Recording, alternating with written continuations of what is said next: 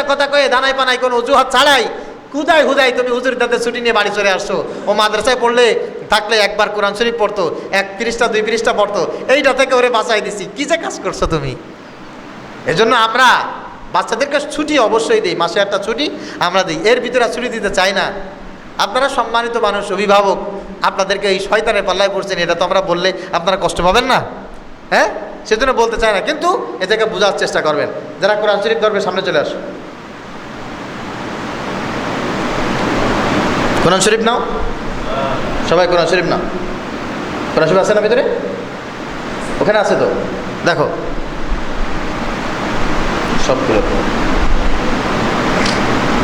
এখান থেকে চলে আসো, এই সামনে চলে আসো, এই যে এখান থেকে বসো, ওদিক ফিরে বসো, এখান থেকে লাইন দুদিকে, আরো পিছনে আসো। বসো, যাই না ফাঁকা রাখছো কেন? এখানে বসো।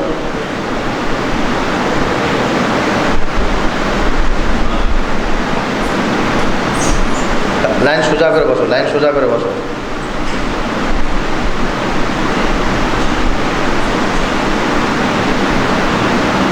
আলহামদুলিল্লাহ বলেন। আমরা যারা হেফজ শেষ করবে তাদেরকে কবে হেফজ শেষ করাইতে পারবো? হুজুর হাফেজ সাহেব কই? হ্যাঁ, আগামী সপ্তাহে তো আমাদের ছুটি। আগামী সপ্তাহে হবে? পরের সপ্তাহে? কয়জন? 3 জন। আরও একবার মানে অ্যাডভান্স আলহামদুলিল্লাহ বলেন। 49, 50, 51তম হাফেজ, এই 3 জন আগামী সপ্তাহে হয়ে যেত, কিন্তু আগামী সপ্তাহে আমাদের মাসিক ছুটি, যার কারণে হবে না, পরের সপ্তাহে। আলহামদুলিল্লাহ। তাহলে আগামী শুক্রবারের পরের শুক্রবারে আমাদের মাদ্রাসার আরও 3 জন ছাত্র হেফজ শেষ করবে। তাহলে কততম? 49, 50, 51তম আমাদের হাফেজ আগামী শুক্রবার পরের শুক্রবারে। সবাই দাওয়াত আসবেন তো ইনশাল্লাহ? সবাইকে দাওয়াত দিয়ে আসবেন, সবাইকে দাওয়াত দিয়ে আসবে জুমার দিনে। তো আলহামদুলিল্লাহ, এটা শুধুমাত্র আপনাদের সামনে পেশ করছি একটু দোয়া নেওয়ার জন্য। নতুন সবকটা আপনাদের সবার সামনে এদেরকে দিলাম, এরাও আলহামদুলিল্লাহ একটু উৎসাহিত হলো। আপনারা সবাই দোয়া করবেন। এরকমভাবে যাদেরকে একদিন কোরআন শরীফ ধরাইছিলাম তারাই আজকে 10 পারা 20 পারা মুখস্থ হয়ে গেছে, তারাই আগামী সপ্তাহে 1 সপ্তাহ পরে তারাই আবার হেফজে শেষ করবে, ঠিক কিনা? আপনারা সবাই পড়বেন ইনশাল্লাহ। আউযু বিল্লাহি মিনাশ শাইতানির রাজীম, বিসমিল্লাহির রহমানির রহিম, রব্বি জিদনি ইলমা, রব্বি ইশরাহ লি সাদরি ওয়ায়াসসির লি আমরি ওয়াহলুল উকদাতাম মিন লিসানি ইয়াফকাহু কওলি। বিসমিল্লাহির রহমানির রহিম, আলহামদুলিল্লাহি রাব্বিল আলামিন, আর রহমানির রহিম, মালিকি ইয়াউমিদ্দিন, ইয়্যাকা না'বুদু ওয়া ইয়্যাকা নাস্তাঈন, ইহদিনাস সিরাতাল মুস্তাকিম, সিরাতাল লাযীনা আন'আমতা আলাইহিম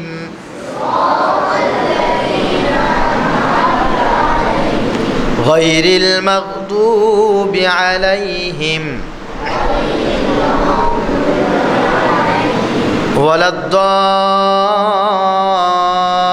ওয়ালাদ-দাল্লিন। আমিন। বিসমিল্লাহির রহমানির রহিম, আলিফ লাম মিম,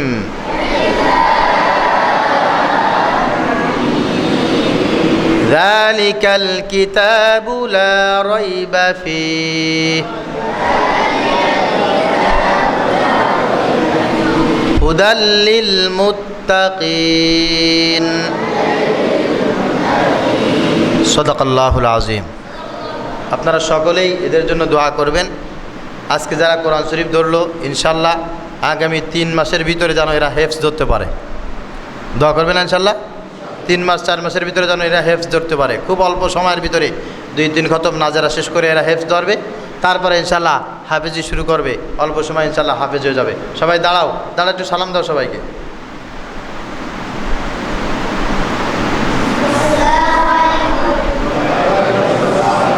যাও বস। ওমা তাওফিক ইল্লা বিল্লাহ। যারা সুন্নাত পড়ি নাই আমরা একটু, বাচ্চাদের প্রতিও দয়া লাগে না। আর কিছু আলেমদের দিলের ভিতরে এই মাখলুকের দয়া, আল্লাহর দয়া এই পরিমাণ যে ও নিজের সন্তানের খেয়াল তো রাখেই, নিজের ভাই বোনের খেয়াল খবর তো রাখেই, এমনকি ওর প্রতিবেশীর ভিতরে, এলাকার ভিতরে যদি কোনো গরিব থাকে, কোনো এতিম থাকে, তাদের জন্য তার দিলটা কাঁদে, তাদের জন্য খুব বেশি আফসোস করে, নিজে যতটুকু পারে করে। এমনকি আরেকজন প্রতিপত্তিশীল যে আছে তার কাছে হাত পেতে 2 পয়সা এনেও এই এতিমদেরকে সহযোগিতা করে মানুষ করার চেষ্টা করে। এটা কেন করে? আল্লাহর কালামের ভাষায় আল্লাহ পাক তার উপরে দয়া করেছে, তার দিলের ভিতরে রহমতের নূর আল্লাহ তাআলা প্রবেশ করিয়ে ঢেলে দিয়েছে, যার কারণে এই ব্যক্তি করে। সুবহানাল্লাহ। নবীজি সাল্লাল্লাহু আলাইহি ওয়াসাল্লাম মসজিদের মেহরাবে একবার বয়ান করছেন। হযরত হাসান, হযরত হুসাইন রাদিয়াল্লাহু তাআলা আনহুমা, ছোট মানুষ, ওই মসজিদের দরজা থেকে প্রবেশ করছে। এক পা হাঁটে আবার পড়ে যায়, উঠে দাঁড়ায়, দাঁড়ায়া 2 পা সামনে যায় আবার পড়ে যায়। নবীজি মেহরাবে বসে এটা দেখছেন। দেখার পর উনি বসে থাকতে পারেন নাই, মেহরাব থেকে উঠে গিয়ে তার নাতি হাসান এবং হুসাইনকে কোলে করে নিয়ে গালে চুমো দিয়েছে, ঠোঁটে চুমো দিয়েছে, চিবুকে চুমো দিয়েছে, খুব বেশি আদর করে ভালোবেসে এনে মেহরাবের 2 পাশে তার 2 নাতিকে বসিয়েছে। সুবহানাল্লাহ। এখন মনে করেন আমি আমার ছেলেকে, ছোট ছেলেকে যদি আইনা এই জায়গায় বসায় বয়ান করি, আপনাদের মতো 2-1জন কি বলবে? হ্যাঁ, আল্লাহদের আর শেষ নাই, ঠিক কি না? ছেলে একটা আছে, নাতিপুতি একটা আছে, আর মনে হয় কারো নাতিপুতি নাই, আর মনে হয় কারো ছেলে নাই। একেবারে আইনা মসজিদের মেহরাবের পাশে বসা হুজুর এখন বয়ান করতেছে। আল্লাহদের আর শেষ নাই, নাউজুবিল্লাহ বলেন। তো এইরকম কিছু মানুষ সেই সময় ছিল।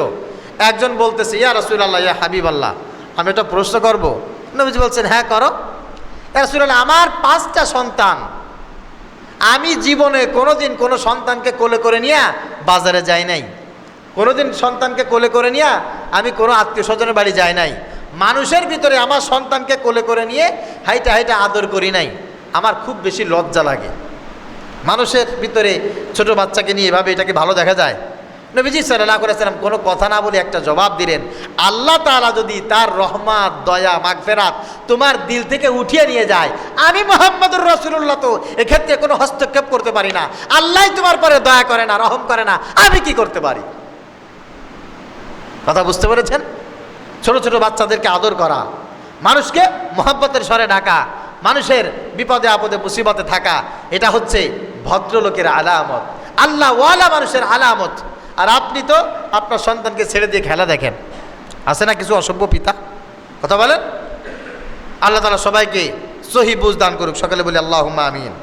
প্রিয় হাজরিন, আল্লাহ পাক রব্বুল আলামিন বলছেন, ওয়ালা তামশি ফিল আরদি মারহা ইন্নাকা লান তাখরিকাল আরদ ওয়া লান তাবলুগাল জিবালা তুলা। পৃথিবীর কোন জায়গায় যদি কোনো মানুষ নাও থাকে, মানুষ নাই, এখন তুমি ভদ্রতা দেখাবা কার সাথে? এই জায়গায় অনেক মানুষ আছে, এখানে আমার সুন্দর একটা জামা গায়ে দিয়ে সুন্দরভাবে হাঁটা বসার একটা সুযোগ আছে, কারণ এখানে তো অনেক মানুষ। তো যেখানে কোনো মানুষ নাই, যেখানে কোনো লোকজন নাই, ওখানে তুমি কি করবে? ওখানেও তোমার ভদ্রতার উত্তম পরিচয় দিতে হবে। যদি তুমি আল্লাহর গোলাম হয়ে থাকো, ওখানে সুন্দরভাবে হাঁটবে, অহংকারের সাথে হাঁটবে না। হাঁটা চলাফেরা যখন করবে তখন মনে মনে এটা কল্পনা করবে, এই মাটি যেন তোমার সাথে কথা বলছে, এই মাটি যেন তোমাকে বলছে, ওরে আল্লাহর গোলাম, আমার তো একটা শরীর আছে, আমাকে তো আল্লাহ একটা দেহ দিয়েছে, আমার একটা আস্তর আছে, আমার উপর দিয়ে তুমি পা এভাবে ফেলো না, আমি কষ্ট পাই। এইটা মনে করে করে জমিনের উপর দিয়ে তুমি পা ফেলবে আর হাঁটবে। এটা হচ্ছে আল্লাহ পাকের রহম করম তোমার দিলের ভিতরে আছে, আল্লাহ যে তোমাকে মোহাব্বত করে ভালোবাসে, এইটা হচ্ছে তার বহিঃপ্রকাশ। জমিনের উপরে অহংকার করে চলা যাবে। আল্লাহ তাআলা আমাদের সবাইকে মানব সেবার প্রতি হৃদ্যতাশীল হওয়ার তৌফিক দান করুক, সকলে বলে আমিন। নবীজি সাল্লাল্লাহু আলাইহি ওয়াসাল্লাম মানব সেবার প্রতি আমাদেরকে অনেক বেশি উৎসাহমূলক কথা বলেছেন। বিশ্বনবী সাল্লাল্লাহু আলাইহি ওয়াসাল্লাম বলেন, তাবাসসুমুকা ফি ওয়াজহি আখিকা ফাইন্নাকা সাদাকা ফাইন্না লাহু সাদাকা। নবীজি বলছেন, তোমার কোনো ভাই অথবা কোনো মানুষ, কোনো ইনসান যদি তার সঙ্গে দেখা হয় তোমার, তাহলে তুমি তাবাসসুমুকা ফি ওয়াজহি আখিকা, তুমি তোমার ভাইয়ের দিকে একটু সুন্দর দৃষ্টিতে তাকিয়ে একটু মুস্কি হেসে তারপরে কথা বলো। সুবহানাল্লাহ বলেন। কি হবে তাহলে?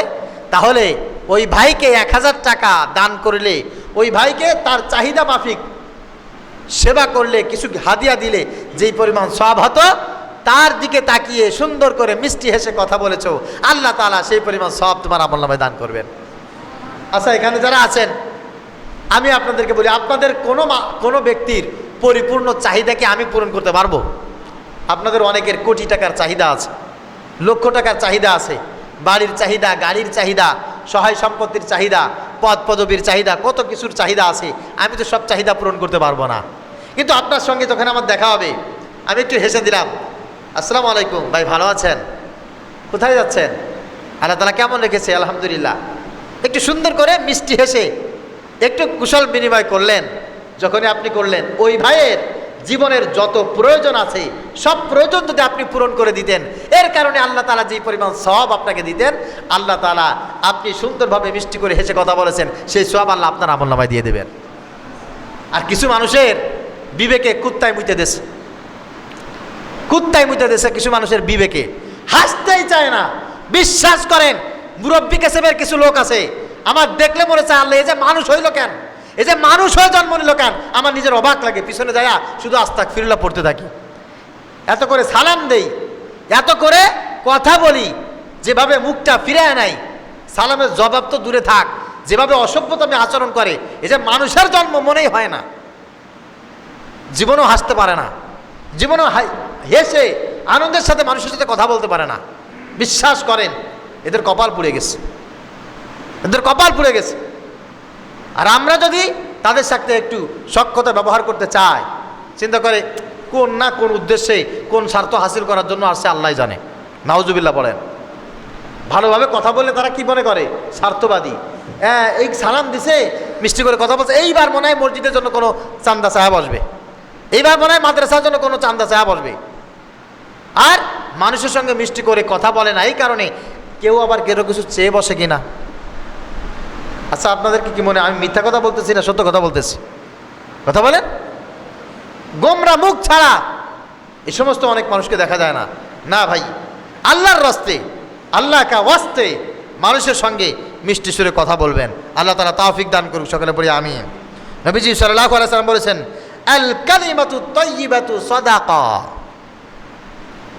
রাস্তা দিয়ে যাচ্ছেন, একটা বাচ্চাকে দেখলেন, এই সামনে, এই দাঁড়া, এই ভাই কই যাস? মানুষের আচরণটা হচ্ছে এখন এইরকম, এই তুই আমাকে ছেলে না? ভাই এটা কোনো শব্দ হলো? এটা কোনো শব্দ হলো? আপনি সুন্দর করে ডাক দিবেন, বাবা কোথায় যাচ্ছ? কিরে সোনামণি তুমি এখানে কেন? কিরে আব্বু এদিকে আসেন। আপনি কোথায় যাচ্ছেন? আপনি রাস্তা দিয়ে যেভাবে চলছেন, আপনার আব্বু দেখলে তো বকা দেবে, খারাপ লাগবে। আগের শব্দ শব্দ, পরে যেটা বলেছেন এটাও শব্দ। আমার রাসূল সাল্লাল্লাহু আলাইহি ওয়াসাল্লাম বলেছেন, আল কালিমাতু তাইয়্যিবাতু সাদাকা। রাস্তার ভিতর দিয়ে কোনো মানুষকে যদি দেখো, সে যদি কোনো অন্যায়ও করে, খারাপ কাজেও লিপ্ত থাকে, সুন্দরভাবে যদি তুমি তাকে একটা শব্দ ব্যবহার করো, একটা ভালো শব্দ তার সাথে ব্যবহার করেছো, কেমন যেন এই পৃথিবী সম পরিমাণ স্বর্ণ দামি জিনিস আল্লাহর রাস্তায় সদকা করেছো, যেই পরিমাণ সওয়াব হতো একজন মানুষের সাথে সুন্দর শব্দ ব্যবহার করলে, আল্লাহ সেই সওয়াব দান করে দিয়েছে।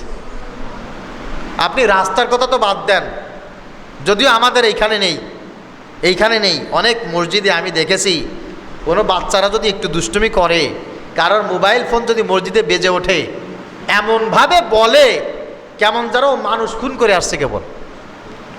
এই মোবাইল কার বেজে উঠলো? বেকুব নাকি? মসজিদে মোবাইল এভাবে নিয়ে আসে, এই মোবাইল নিয়ে মসজিদে আসেন কেন? কোনো একটা বাচ্চা একটু হাসি ঠাট্টা করেছে, এমনভাবে ধমক দেয়, এমনভাবে ধমক দেয় কেমন যেন ও ফেরেস্তা, ও ফেরেস্তা, আর এই যেগুলো আসছে সবগুলো শয়তানের বাচ্চা। কেন ভাই? ভালো কথা বলে মানুষকে বোঝানো যায় না?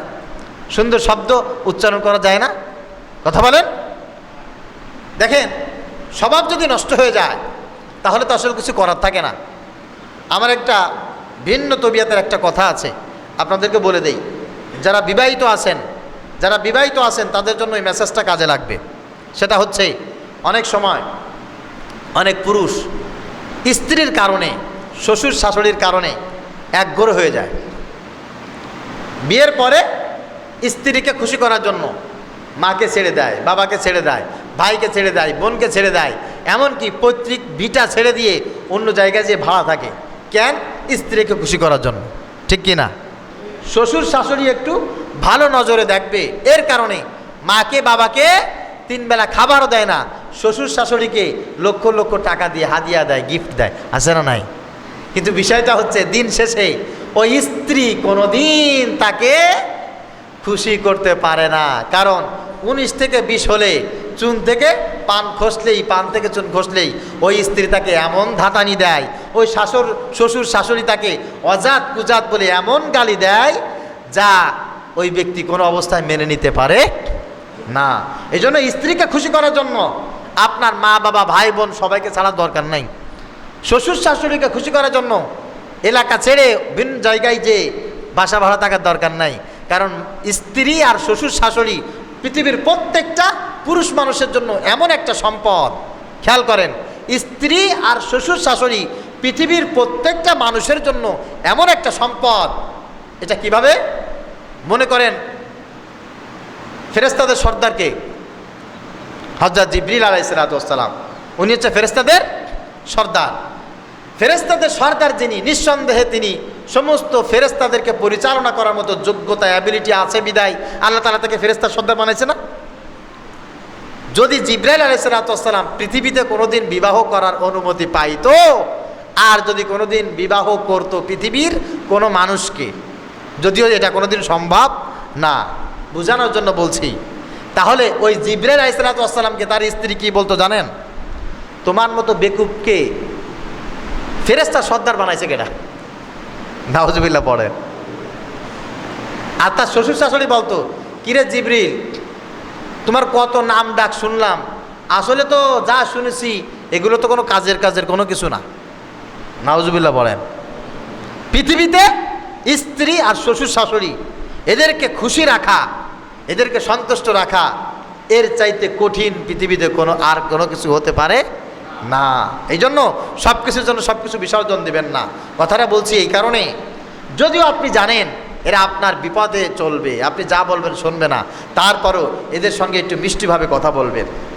এমন এমন শব্দ আপনি উচ্চারণ করেন, আমরা দেখি তো, আহারে কিছু মুরব্বী আছে তাদের স্ত্রীর সাথে যখন ঝগড়া করে, তার স্ত্রীকে তার শ্বশুর শাশুড়ি নিয়ে যখন কথা বলে, ইবলিস শয়তান কানে আঙ্গুল দিয়া ওই ঘরের কানাসি যে দাঁড়ায় থাকে আর কয় হায় হায়, কয় কি একে ইমানদার, একে মুসলমান, একে মানুষ, এই গালি নেই আমি আবিষ্কার করছিলাম। আমি যদি জানতাম যে এই গালি এ জানে, তাহলে আমি কেন শয়তান হয়েছিলাম? ঠিক কিনা? স্ত্রী অন্যায় করতেই পারে, শ্বশুর শাশুড়ি একটু খারাপ কথা বলতেই পারে, আপনাকে নিয়ে পজিটিভ মন্তব্য তারা জীবনে খুব কমই করবে, নেগেটিভ মন্তব্যই করবে, তারপরেও আপনি তাদের সাথে উত্তম শব্দ ব্যবহার করবেন। বলেছেন মুহাম্মদ সাল্লাল্লাহু আলাইহি ওয়াসাল্লাম। আল্লাহ তাআলা আমাদেরকে বুঝার তৌফিক দান করুক, সকালে বলে আমিন। প্রিয় হাজিরিন, নবীজি সাল্লাল্লাহু আলাইহি ওয়াসাল্লাম বলছেন, শোনো, খায়রুন নাস মান ইয়ানফাউন নাস, ইমানদার তো সকলেই, মুমিন তো সকলেই, এর ভিতরে সবচাইতে উত্তম মানুষ হচ্ছে ওই ব্যক্তি যেই ব্যক্তি মানুষের কল্যাণে কাজে লাগে, মানুষের কল্যাণে কাজে লাগে। এখানে অনেক মানুষ আছি আমরা, উচিত ছিল আমাদের ভিতরে দেখে যে মুরব্বী, যার দাড়ি যত বেশি পাকা তার ভিতরে দয়া তত বেশি থাকবে, ভালোবাসা হৃদ্যতা তত বেশি থাকবে। কেউ যদি বিপদে পড়ে তার কাছে আগে যাবে। আমার বড় চাচা আছে, আমার বড় দাদা আছে, বড় ভাই আছে, বড় যে আছে, বিপদে আপদে মুসিবতে মানুষ তার কাছে আগে যাবে, কিন্তু উনার যে আখলাক উনার কাছে আগে যায় না, আগে যায় ছোট্টার কাছে, মেজোটার কাছে, প্রতিবেশী একজনের কাছে যায় বিপদে পড়লে। কেন? উনার যে আখলাকটা মানুষের মাপা হয়ে গেছে। ভাই এটা তো খুব ভালো কথা না? যে মানুষ আল্লাহর কাছে সবচেয়ে বেশি দামি, মানুষ যখন বিপদে আপদে মুসিবতে পড়ে ওই মানুষের কাছে সবার আগে ছুটে যাবে। কথা বুঝতে পেরেছেন? কারোর টাকা লাগে, পয়সা লাগে, কারোর একটু বিপদে আপদে মুসিবতে সহযোগিতা লাগবে, যে মানুষটার কথা সবার আগে মনে পড়বে, যে মানুষটার কাছে যাবে ওই মানুষটিকে আল্লাহ পাক রব্বুল আলামিন সবচেয়ে বেশি পছন্দ করে। আর ওই ব্যক্তির গুণ এইটা যে ওই ব্যক্তি সবাইকে বিপদে আপদে মুসিবতে সহযোগিতা করবে। নবীজি বলছেন খায়রুন নাস মান ইয়ানফাউন নাস, আল্লাহর কাছে সবচাইতে প্রিয় ওই ব্যক্তি যেই ব্যক্তি মানুষের কল্যাণে সবচাইতে বেশি অগ্রগামী থাকে। আল্লাহু ফি আউনিল আবদি মা কানাল আবদ ফি আউনি আখিহি। নবীজি সাল্লাল্লাহু আলাইহি ওয়াসাল্লাম বলছেন আল্লাহর ইজ্জতের কসম, আল্লাহর শপথ, যেই ব্যক্তি মানুষের বিপদে আপদে মুসিবতে সবার আগে সহযোগিতা করার চেষ্টা করে, আল্লাহ পাক রব্বুল আলামিন এই জমিনে যাদেরকে রহম করেন, সহযোগিতা করেন, সম্মানিত করেন, সবার আগে আল্লাহ তাআলা ওই বান্দাকে বাছাই করে নেন। এই এলাকার ভিতরে যদি আল্লাহ তাআলা 10 জন মানুষের উপরে খাস রহমত নাজিল করেন, ওর ভিতরে ওই 10 জন মানুষ হবে যেই 10 জন মানুষ এলাকার অভাবী বঞ্চিত বিপদগ্রস্ত মানুষের কাছে সবার আগে গিয়ে ঢাল হয়ে দাঁড়াবে। আর যে ব্যক্তি কারোর বিপদে আপদে মুসিবতে ঢাল হবে না, আল্লাহ তাআলাও তাকে সহযোগিতা করবেন। মান লা ইয়াশকুরুন নাস লাম ইয়াশকুরুল্লাহ। নবীজি সাল্লাল্লাহু আলাইহি ওয়াসাল্লাম বলেছেন আল্লাহ তাআলা কোনোদিন ওই ব্যক্তির সহযোগিতা করে না, তার কৃতজ্ঞতা স্বীকার করে না যেই ব্যক্তি মানুষের কৃতজ্ঞতা স্বীকার করে না। অকৃতজ্ঞ কিছু মানুষ আছে না নাই? কথা বলেন। একজন ব্যক্তি তাকে শিক্ষা দিল, একজন ব্যক্তি তাকে সহযোগিতা করলো, তাকে খাবার দিল, তাকে লালন পালন করলো, 2 দিন পরে যখন জ্ঞানে গরিমায় বয়সে শক্তিতে সব কিছু পরিপূর্ণ হয়ে গেছে তখন আর কাউকে কেয়ার করে না। ওর বাপ লাগে না, মা লাগে না, ভাই লাগে না, বোন লাগে না, চাচা লাগে না, চাচি লাগে না, কাউকে আর লাগে না। তখনই চিন্তা করে আমি তো এখন স্বয়ং সম্পূর্ণ হয়ে গেছি। এই ব্যক্তির উপরে আল্লাহ পাক কোনোদিন রহম করে না।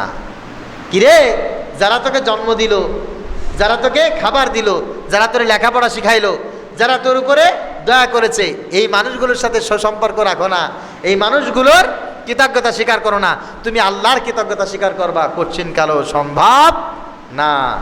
আর তারা বুঝার তৌফিক দান করুক, সকলে বলি আমিন। নবীজি বলছেন আর রাহিমুন ইয়ারহামুহুমুর রহমান, আল্লাহ হচ্ছে সবচাইতে দয়ালু, সবচাইতে দয়ালু হচ্ছে আমার আল্লাহ। আর আমার আল্লাহ সবচাইতে বেশি দয়া তাদের উপরে করে এই জমিনে যারা মানুষের প্রতি দয়াশীল হয়ে যায়, মানুষের প্রতি দয়াশীল হয়ে যায়। এজন্য আমি আলোচনার শুরুতে একটা সংক্ষিপ্ত ডিসক্রিপশন দিয়েছিলাম, তা হচ্ছে পৃথিবীতে সব কিছুর উন্নতি হয়েছে, সব কিছুর উন্নতি হয়েছে।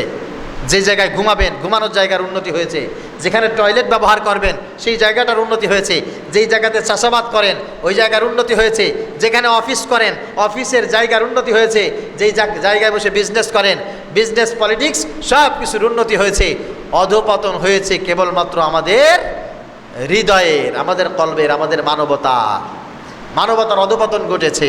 আগে মানুষ মানুষের বিপদে যেই পরিমাণ সহযোগিতা করত, এখন মানুষের বিপদ দেখলে মানুষ হাসে। বিপদ দেখলে কি হয় বলেন? মানুষ হাসে। আল্লাহ তাআলা বুঝার তৌফিক দান করুন। নবীজি সাল্লাল্লাহু আলাইহি ওয়াসাল্লাম বলছেন ইরহামু মান ফিল আরদি ওয়া ইয়ারহামুকুম মান ফিস সামা। যদি তুমি চাও যে আল্লাহ তোমার প্রতি দয়া করবে, আল্লাহ তোমাকে ক্ষমা করবে, তাহলে তোমার দায়িত্ব হচ্ছে তুমিও গোটা মাখলুকের প্রতি দয়াশীল হয়ে যাও। তুমি যদি মানুষের প্রতি দয়া করো, মানুষের প্রতি যদি তুমি আস্থাশীল হয়ে যাও, আল্লাহ তোমার প্রতি দয়া করবে, আল্লাহ তাআলাও তোমাকে মাফ করে দিবেন। ইন্নাল্লাহ রাহিমুন ইউহিব্বুর রাহমা। আল্লাহ পাক রব্বুল আলামিন হচ্ছে সবচাইতে দয়ালু। আর আল্লাহ তাআলার কাছে দয়ালু মানুষের চাইতে প্রিয় আর কোনো মানুষ হয় না। যে ব্যক্তি সবচাইতে বেশি দয়ালু হয় ওই ব্যক্তিকে আল্লাহ পাক রব্বুল আলামিন সবচাইতে বেশি মহব্বত করেন, ভালোবাসেন। ইত্তাকু যুলমা ফাইন্না যুলমা যুলুমাতুন ইয়াউমাল কিয়ামা। নবীজি সাল্লাল্লাহু আলাইহি ওয়াসাল্লাম বলেছেন খবরদার, এত কিছুর ভিতর দিয়ে কারোর উপরে জুলুম করবা না, নির্যাতন করবা না। মনে রাখবা শত দান সাদাকা জিকির, তেলাওয়াত, নামাজ, ইবাদত কোটি কোটি কোটি কোটিও যদি থাকে, আর যদি কোনো মানুষের উপরে জুলুম করো, নির্যাতন করো, কারোর পকেট মারো, কারোর সম্পদ চুরি করো, কাউকে যদি চাঁদাবাজি করো, ছিনতাই করো, এটা তার উপরে জুলুম করা। আর এই জুলুম কিয়ামতের ময়দানে এমন অন্ধকার হয়ে উঠবে, কোনো নেকি আর খোঁজ করে পাওয়া যাবে না। প্রিয় হাজরিন, আল্লাহ পাক রব্বুল আলামিনের কাছে তৌফিক কামনা করছি, হে রব আমাদের এই দিলের ভিতরে আপনি একটু দয়া দান করেন। আমিন বলেন। আমাদের দিলের ভিতরে মানুষের জন্য করুণা যেন হয়, আমরা যেন মানুষকে ভালোবাসতে পারি, আমরা গোটা মাখলুকের প্রতি যেন দয়া করতে পারি। আল্লাহ তাআলা সেই রকম দিল যেন আমাদের প্রত্যেকে দান করেন। সকলে বলি আল্লাহুম্মা আমিন। এখন আমরা একটা কাজ করব, 2-4-5 মিনিট সময় নেব আপনাদের থেকে। সেটা হচ্ছে, বাইরে মাইকটা অফ করে দাও। আমরা, আপনারা জানেন আমাদের এখানে আবাসিক স্টুডেন্ট আছে প্রায় 70-72 জন এরকম আছে। না, মোবাইল বন্ধ করো। যারা আবাসিক আছে এরা সবাই হাফেজি পড়ার নিয়াতে আসে। তো হাফেজি পড়তে গেলে কয়েকটা স্টেপ আছে। আমরা যারা অভিভাবক আছি আমাদের এই বিষয়গুলো জানতে হয়, আমরা তাদেরকে এই মেসেজগুলো দেওয়ার চেষ্টা করি। মূলত হাফেজি পড়া সবার জন্য নয়, এইটা কেউ সময় থাকতে বোঝে, কেউ সময় চলে যাওয়ার পরে বোঝে। আমাদের এলাকায়ও আমাদের অনেক ভাই বিরাদার হাফেজি পড়ার জন্য মাদ্রাসায় ভর্তি হয়েছিল, সবাই হাফেজ হতে পারে নাই, ঠিক কি না? তো হাফেজ হওয়া কিন্তু ফরজ, ওয়াজিব, সুন্নাত না। কথা বুঝতে পেরেছেন? হাফেজ হওয়াটা হচ্ছে সুন্নাতে কিফায়া। তার মানে হচ্ছে সমাজের কেউ না কেউ যদি হাফেজ না হয়, এখানে বড় ধরনের ক্ষতি হয়ে যাবে। 2-1 হাফেজ হলেই কোরআন কারীমকে আল্লাহ পাক রব্বুল আলামিন সংরক্ষণ করবেন। কিন্তু আলেম হওয়াটা জরুরি। কি হওয়া জরুরি বলেন? আলেম হওয়া জরুরি। এজন্য হাফেজি পড়ার আগে 1 বছরের একটা কোর্স আছে। এই কোর্সটা পরিচালনা করার জন্য অনেক কষ্ট হয়। এজন্য বেশিরভাগ মাদ্রাসায়, আমাদের এলাকায় যতগুলো হাফেজি মাদ্রাসা আছে, আমার জানা মতে এই ফকিরহাট উপজেলায় যতগুলো এবং পার্শ্ববর্তী উপজেলায় যতগুলো হাফেজি মাদ্রাসা আছে, কোনো জায়গায় 1-2টা পাইতে পারেন। প্রায় 100টা মাদ্রাসা হেফজখানা, 100টা হেফজখানা ঘুরলে আলাদা কোনো একটা কিরাতখানা আছে আপনি খুঁজে পাবেন না। কথা বুঝতে পেরেছেন? কারণ আলাদা কিরাতখানা পরিচালনা করা অনেক বেশি খরচ এবং অনেক বেশি কষ্টেরও বটে। এই জন্য সব 20-30-40 জন আলিফ বা তাসাও পড়ে, আবার কেউ হাফেজ হয়ে গেছে শোনায়, 10 পারা 20 পারা হয়ে গেছে, সব এক জায়গায় বসে পড়ে। আমাদের এখানেও আগে এইরকম ছিল, যখন আমাদের অ্যাবিলিটি ছিল না, আমাদের টাকা পয়সা মোটেও ছিল না, শিক্ষক রাখতে পারতাম না, বেতন দিতে পারতাম না, খাইতে দিতে পারতাম না, তখন এই বিষয়টা ছিল। কিন্তু এখন আলহামদুলিল্লাহ আমাদের হেফজখানায়ও একাধিক শিক্ষক আছে, আমাদের কেরাতখানায়ও একাধিক শিক্ষক আছে। 2টি সেক্টর সম্পূর্ণ সেপারেট। বলে হুজুর এক জায়গায় থাকলে সুবিধা কি আর আলাদা আলাদা থাকলে সুবিধা কি? সুবিধা আছে 1000টা, তবে সবচাইতে বড় সুবিধা হচ্ছে ওই আগে যে বাচ্চাটা 5 পারা 10 পারা 20 পারা হাফেজি হয়ে বাদ যাইতো, ওই 5 পারা 10 পারা 20 পারা পরে কোনো হাফেজি লাভ হয়েছে বলেন? এখন এই কিরাতখানা আলাদা থাকলে তা হয় না। ওই কিরাতখানার 1 বছরে একটা পরীক্ষা নিয়ে আমরা বুঝে ফেলি কোন বাচ্চাটা আসলে হেফজ পড়া শেষ পর্যন্ত যেতে পারবে আর কে পারবে না। এটা আমাদের একটা বুঝ হয়ে যায়। ওরা বুঝতে পেরেছেন? তো জাতি অনেক বড় ক্ষতি থেকে বেঁচে যায় যদি কোনো মাদ্রাসায় কিরাতখানা আলাদা থাকে। যে মাদ্রাসায় কিরাতখানা আলাদা নাই, ওই জায়গায় হেফজখানায় দিলে বাচ্চারা ক্ষতিগ্রস্ত হয়ে যায়। একসাথে 20 জন ভর্তি হয়, 20 জনই হেফজ ধরে, 20 জনের ভিতরে 5 জন শেষ পর্যন্ত যায়, আর 15 জন 5 পারা 10 পারা 20 পারা হয়ে আল্লাহ হাফেজ, আসসালামু আলাইকুম। এই জন্য কিরাতখানা আলাদা থাকাটা জরুরি। আর কিরাতখানায় কয়েকটা সেক্টর আছে। প্রথম সেক্টর হচ্ছে আলিফ বা তা থেকে শুরু করে, প্রথমে কেউ আমপারা ধরে, তারপরে কোরআন শরীফ ধরে, তারপরে হেফজ ধরে, তারপরে হেফজ শেষ করে। এই প্রত্যেকটা সেক্টরে বাচ্চাদেরকে আমরা আপনাদের সামনে পেশ করি, উৎসাহিত করি। এতে বাচ্চাদের পড়ালেখার গতি আরও বেশি বাড়ে। শিক্ষক যারা আছে, অভিভাবক যারা আছে, তারা আরও বেশি অনুপ্রেরণা পায়। আজকে আমরা কিছু বাচ্চারা, বেশিরভাগ যারা আছে তারা জানুয়ারিতে ভর্তি হয়েছিল। কিরাতখানা কোর্স হচ্ছে 1 বছরের। কয় দিনের কথা বলেন? 1 বছরে তারা জানুয়ারিতে ভর্তি হয়েছিল। এই বাচ্চাগুলো আলিফ বা তা সা পড়তে পড়তে আজকে তারা কোরআন শরীফ ধরবে, আলহামদুলিল্লাহ। তো আপনারা মনে করতে পারেন যে কোরআন শরীফ আমরাও তো মক্তবে ধরেছি, কোরআন শরীফ ধরার ভিতরে বড় কি কৃতিত্ব আছে, এইটাকে বড় করে দেখার কি আছে? আমাদের কাছে কোরআন শরীফের অনেক দাম, অনেক দাম, যেই জন্য এর চাইতে বড় দামি জিনিস আমাদের কাছে আর নাই। আমি আমার হাফেজ সাহেবকে গত পরশুদিন একটা হাদিস শোনাইতেছিলাম। হাদিসটা হচ্ছে, রাগ করতেছেন নাকি আপনারা আবার? হাদিসটা হচ্ছে ইবলিস শয়তান প্রতিদিন সমুদ্রের মাঝখানে, সকালবেলা সমুদ্রের মাঝখানে একটা আসন বসায়, ওই জায়গায় বসে তার কোটি কোটি কোটি কোটি মুরিদ আছে, ওই মুরিদদেরকে বলে যাও সবাই জমিনে ছড়িয়ে পড়ো, তোমাদের কাজ কমপ্লিট করে তারপরে সন্ধ্যার বেলা বা গভীর রাতে আবার এই জায়গায় বসে সাক্ষাৎকার হবে, সবাই সাক্ষাৎ নেওয়া হবে, সারাদিন কে কী কাজ করেছো। তো সকালবেলা সবাইকে খেলাফত দিয়ে জমিনে পাঠায় দেয়, সন্ধ্যার পরে গভীর রাতে সবাই যখন ঘুমায় যায়, ইবলিস শয়তান, বুখারীর হাদিস বলছি, ইবলিস শয়তান সে আবার বসে, বৈশা বলে তুমি দাঁড়াও, কি করছো? বলে আমি দুই ভাইয়ের ভিতরে সম্পর্ক বিচ্ছেদ করে দিয়েছি।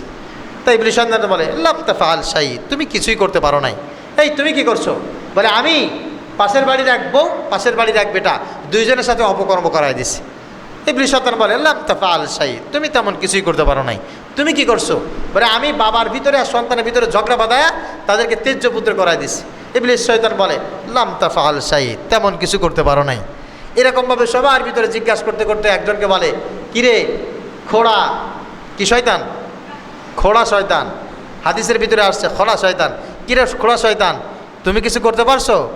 তখন সে বলতেছে আমি সারা জায়গায় ঘুরে চান্স পাইনি, বড় বড় শয়তান সব জায়গায় বড় বড় জায়গা দখল করছে, আমি তেমন কিছু করতে পারি নাই। আমি ওই মাদ্রাসায় একটা তালবে আলিম ছিল, ও মাদ্রাসায় যাচ্ছিল সকালবেলা, তা আমি ওর পেটে ব্যথা তৈরি করে দিছি, আর ওর মনের ভিতরে বলছি যে এখন পেটে ব্যথা হচ্ছে, মাদ্রাসায় গেলে গ্যাস্ট্রিক ম্যাস্ট্রিক হবে, গরমে যাওয়ার দরকার নাই, আমি ওরে মাদ্রাসায় যাওয়া থেকে আবার বাড়ি পাঠাই দিছি। তখন ইবলিস শয়তান তার জায়গা থেকে উঠে দাঁড়ায়া তাকে জড়ায় ধরে আর বলে মা আহসানাহু ওয়া আযমাহু, আহারে আমার খোড়া শয়তান কত ভালো কাজ করছো, কত উত্তম কাজ করছো, এই সব শয়তানের চাইতে তুমি আমার কাছে উত্তম দামি শয়তান। নাউজুবিল্লাহ পড়বেন না? তো কোরআন যখন একটা সন্তান যখন কোরআন ধরে, ইবলিসের যে কত কষ্ট হয় এইটা যদি আপনি দেখতে পারতেন, এইটা যদি কোনোদিন আপনার সাক্ষাৎ হইতো, আপনি তাহলে বুঝতেন যে এইটা কত দামি। অনেক বাবা আছে সন্তানকে সবাই ভালোবাসে, এটা তো আমরা স্বীকারই করি, এটাকে আপনার আমাকে বলার দরকার আছে হুজুর আমার ছেলেকে আমি খুব ভালোবাসি, বলার দরকার আছে? বিশুদ্ধবার আসে পারে না, হুজুর একটু বাড়ি নিয়ে যাই, হুজুর আজকে একটু বাড়ি ঘুরে আসুন। ওই অভিভাবকরা মূলত শয়তানে কাজ করে ফেলাইছে। কী করছে বলেন? শয়তান ওই বাচ্চারে পারে নাই, কিন্তু অভিভাবকরা শয়তানে চাবি দিয়ে কী করছে? কাজ করে ফেলাইছে। রাতের বেলা যখন ইবলিস শয়তানের সাথে সাক্ষাৎ হবে, আপনার পিছনে যে শয়তানটা লাগিয়ে আছে ওই কানা শয়তান, খুড়া শয়তান রে, ইবলিস শয়তান জড়ায় ধরবে, আহা মা আহসানাহু ওয়া আযমাহু, কি যে উত্তম কাজ করছো, তোমার সন্তান মাদ্রাসায় কোরআন শরীফ পড়তেছিল,